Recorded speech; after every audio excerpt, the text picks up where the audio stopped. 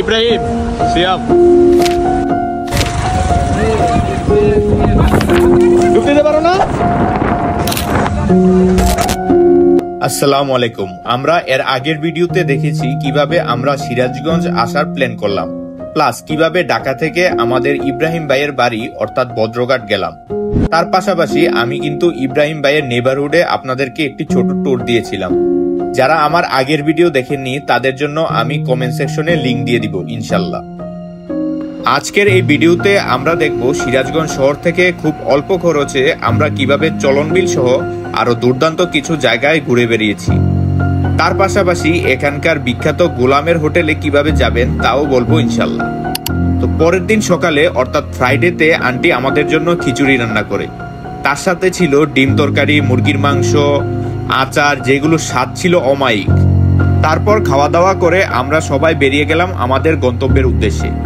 যেহেতু আমরা রাতেই ঠিক করে রেখেছিলাম যে আমরা সিরাজগঞ্জ শহর থেকে শাহজাদপুর যাব বাসে করে, যদিও আমাদের প্ল্যান ছিল একটা হাইস ভাড়া করে পুরো দিন ঘোরার, কিন্তু সেদিন ফ্রাইডে থাকায় সব গাড়ি অ্যাভেলেবেল ছিল না। আল্লাহ যা করে ভালোর জন্য করে, কারণ আমাদের ট্যুর কস্ট একদম আমাদের বাজেটের মধ্যে চলে আসছিল। আমরা ঢাকা থেকে 5 জন গিয়েছিলাম, তার পাশাপাশি ইব্রাহিম ভাইয়ের কয়েকজন বন্ধু আমাদের সাথে যোগ দেয়। তাদের কয়েকজনের জন্যই আসলে আমরা ওইখানে ওয়েট করতেছিলাম। আমরা সবাই একত্রিত হওয়ার পর আবার রওনা দেই গ্রামের মেঠোপথ ধরে মেইন রোডের উদ্দেশ্যে। তো এই রাস্তা দিয়ে যাওয়ার সময় আমাদের সাথে একটা দুর্ঘটনা ঘটে। সেটা হচ্ছে এক মুরব্বী কাঁঠাল পাড়তেছিল তার গাছ থেকে। তো কাঁঠালটা হয়তো একদম নরম ছিল, যার কারণে ডাল থেকে ছুটে একদম আমাদের ইব্রাহিম ভাইয়ের মাথার ঠিক সামনে এসে আছড়ে পড়ে। আর মনে করেন যে 1 সেকেন্ড দেরি হলেও আমাদের ইব্রাহিম ভাইয়ের মাথার কাম সারতো, আর আমাদের ট্যুরও মনে করেন যে ওইখানে ফুল স্টপ হয়ে যেত। তো ওই যাত্রায় আল্লাহ আমাদেরকে একটা বড় ধরনের দুর্ঘটনার হাত থেকে রক্ষা করছে, আলহামদুলিল্লাহ। শাহজাদপুর যাওয়ার সময় রাস্তার দুই পাশের দৃশ্য ছিল মনোমুগ্ধকর, সুবহানাল্লাহ। তার পাশাপাশি ওয়েদারও ছিল চমৎকার।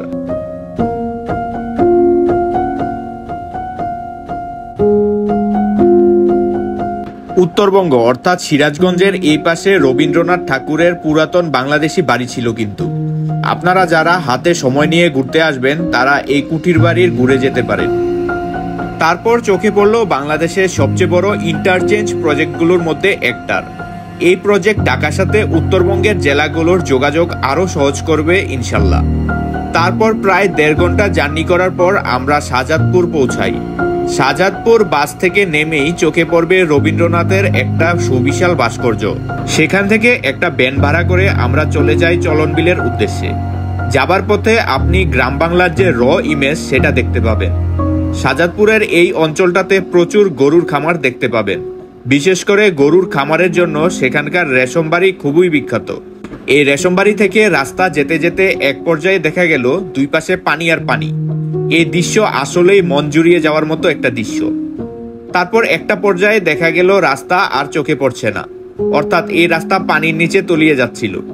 তারপর আমরা সবাই ভ্যান থেকে নেমে পড়ি, কারণ আরো সামনে গেলে গাড়ি রাস্তার বাইরে পড়ে যাওয়ার সম্ভাবনা ছিল। এখানে আমি আপনাদেরকে একটা কথা বলে রাখি, আপনারা যদি এখানে আসেন তাহলে ভ্যান বা গাড়ি রিজার্ভ করে নিয়ে আসবেন, না হয় ফেরার সময় কোনো গাড়ি পাবেন না।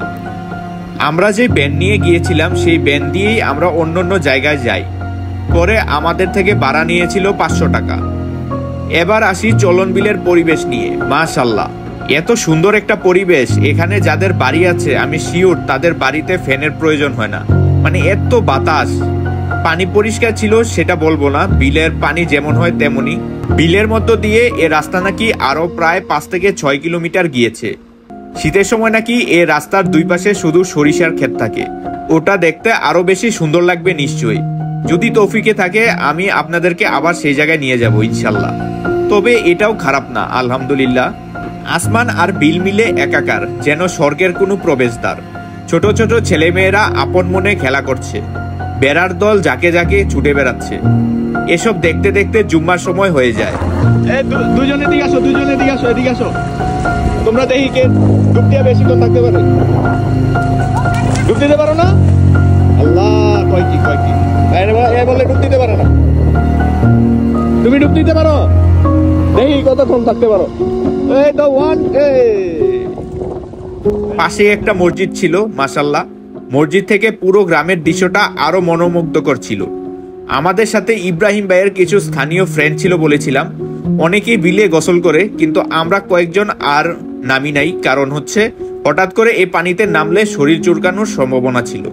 নামাজ পড়ে এসে দেখি ভ্যান যেখানে থাকার কথা ছিল সেখানে নাই, আর একটু সামনে গিয়ে পার্ক করা। আমাদের সবার ব্যাগ হচ্ছে রাস্তার মধ্যে রাখা। এটা দেখে আমার একটু মনে রাগ হলো যে ব্যাগগুলো মাটিতে রাখবে কেন। পরে কাছে গিয়ে জানতে পারলাম ভ্যান রাস্তার সাইড থেকে পানির মধ্যে উল্টে গেছিল, সাথে ব্যাগ সহ ভিতরে ভ্যান চালক প্লাস আমাদের মধ্যে একজনও উল্টে যায়। সবচেয়ে দুঃখের বিষয় হলো আমার ব্যাগেই সব গ্যাজেট ছিল, আর সেটাই বেশি চুবানো খায়। আমার ট্যাব, মোবাইল, পাওয়ার ব্যাংক এর এত একটা বেশি ক্ষতি হয় নাই আলহামদুলিল্লাহ, কিন্তু ভিতরে সব কাপড় চোপড় আর আমার যে TWS-টা ছিল সেটা ভিজে একদম শেষ হয়ে গিয়েছিল। পরে TWS-টাকে আর রক্ষা করা গেল না। তারপর তো মন একটু খারাপ, দোষ আসলে ওই ভ্যান চালকেরই। সে নাকি অসতর্কভাবে গাড়ি টান দেয়, যার ফলে হচ্ছে কন্ট্রোল ধরে রাখতে পারে নাই। সেখান থেকে ব্যাক করার সময় আকাশটা একটু মেঘলা হয়ে গিয়েছিল, এই পরিবেশটাও ছিল একদম এনজয়েবল। তারপর মাঝপথে একটা পেয়ারা মাখা ট্রাই করি, এটা টেস্টটা ছিল অসাধারণ। এটা কত করে মামা?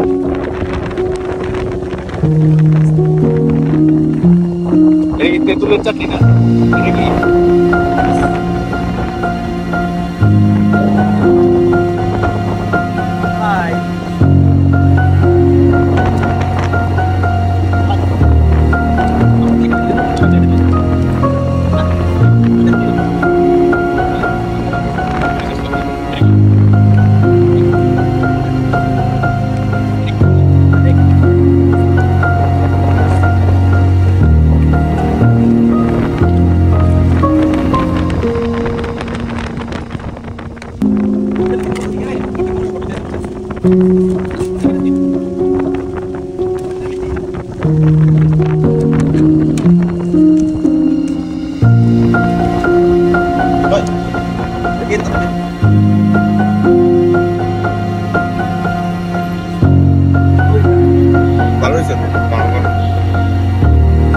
আমরা যেহেতু হচ্ছে সবাই নতুন, ইব্রাহিম ভাইও এই পাশটা তেমন ঘুরে দেখে নাই, যার কারণে হচ্ছে আমরা গুগল দেখে দেখে ঘুরতেছিলাম।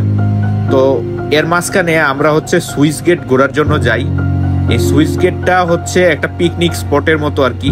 যারা হচ্ছে এখানে পিকনিক করতে আসে, ট্রলার নিয়ে পিকনিক করতে আসে অনেকেই, তারা হচ্ছে এখানে রান্না বান্না করে। আমরা যখন যাই তখন হচ্ছে অনেকগুলো হাঁড়িতে হচ্ছে খিচুড়ি রান্না হচ্ছিল। তাছাড়াও সেখানে বাচ্চাদের জন্য ছিল বিভিন্ন ধরনের রাইডস, কিন্তু আমরা যখন যাই তখন হচ্ছে এগুলো সব বন্ধ ছিল। তারপর আমরা সবাই মিলে ওইখানে লেবু শরবত খাই। আর এক চাচাকে দেখছিলাম হচ্ছে পাতিল দিয়ে কি বিক্রি করতেছিল, কাছে গিয়ে জিজ্ঞেস করায় বললো যে গোল আসলে আমি আগে কখনো ট্রাই করি নাই, এটা খেতে কেমন আমি জানি না। চাচা বললো যে এটা হচ্ছে অনেকটা মিষ্টি দইয়ের মতো। আমরা বিল থেকে ব্যাক করতে করতে প্রায় দুপুর 4টা বাজে। শাহজাদপুর এসে আমরা একটা খাবার হোটেলে ঢুকি। আপনারা যারা বিলের মাছ ট্রাই করতে চান তারা গোলামের হোটেলে যেতে পারেন, এটা ওখানকার একটা বিখ্যাত বাতের হোটেল। সিরাজগঞ্জ থেকে এনায়েতপুরের গাড়িতে উঠে সেখানে যেতে হবে। সময়ের স্বল্পতার কারণে ওইখানে যাওয়া হয়নি আমাদের। আমরা যেখানে খাই ওখানকার খাবারও খারাপ ছিল না। আমরা হচ্ছে গরুর কালাবুনা আর হচ্ছে মাছ নিছিলাম, সাথে হচ্ছে ডাল আর পেঁয়াজ মরিচের ভর্তা ফ্রি। আপনারা যদি এই হোটেলে খেতে চান তাহলে রবীন্দ্রনাথের যে ভাস্কর্য আছে সেটা ধরে ঠিক সামনের দিকে চলে আসবেন, তাহলে হচ্ছে এই হোটেলটা পেয়ে যাবেন।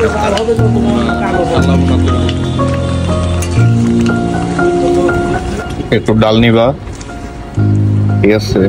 তারপর হচ্ছে যে কালাবুনা আছে, কালাবুনা, মরিচের সালাদ আছে, পেঁয়াজ মরিচের সালাদ। আমার হোটেলের নাম দিয়ে দিস।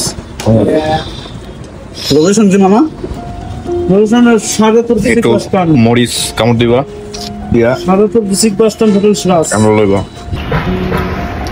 রান্না বান্না কি করে? জি, রান্না সেও করে, আমিও করি, বাবুসুম করে। তারপর আমরা খাওয়া দাওয়া করে বাসে করে সিরাজগঞ্জ ব্যাক করি। তারপর সেখান থেকে সন্ধ্যার সময়টুকু কাটানোর জন্য চলে যাই যমুনার পারে। রাতে ভদ্রঘাট ফেরার সময় ঠিক করি খান মিষ্টান্ন ভান্ডারের দই মিষ্টি ট্রাই করব, বাট ব্যাড লাক যাকে বলে। আমরা যেতে যেতে সেখানে দই মিষ্টি শেষ হয়ে গিয়েছিল। তারপর অন্য একটা দোকানের মিষ্টি ট্রাই করি, ওটাও খারাপ ছিল না মাশাল্লাহ। যেহেতু সেই অঞ্চলে দুধের উৎপাদন বেশি, তাই এখানে মিষ্টি তৈরিতে দুধের কোনো কিপটামি করে না তারা। আপনারা যারা সিরাজগঞ্জ ঘুরতে যাবেন তারা অবশ্যই সেখানকার মিষ্টি ট্রাই করবেন। বেশি রাত হয়ে যাওয়ার কারণে ওই দিন আর ঢাকা ব্যাক করতে পারি নাই। পরদিন সকালে আমরা সবাই রেডি হয়ে ঢাকার উদ্দেশ্যে চলে আসি। আসার সময় আঙ্কেল আমাদের এগিয়ে দিচ্ছিল। এই ট্রিপটা সুন্দরভাবে শেষ হয় ওনাদের আপ্যায়নের কারণেই। আল্লাহ তাদের, আমাদের, আপনাদের সবাইকে সুস্থ রাখুক সে কামনা করেই আজকের মতো বিদায় নিচ্ছি। আমাদের এই সিরাজগঞ্জ ট্যুর আপনাদের কেমন লাগলো সেটা অবশ্যই কমেন্ট সেকশনে জানাবেন।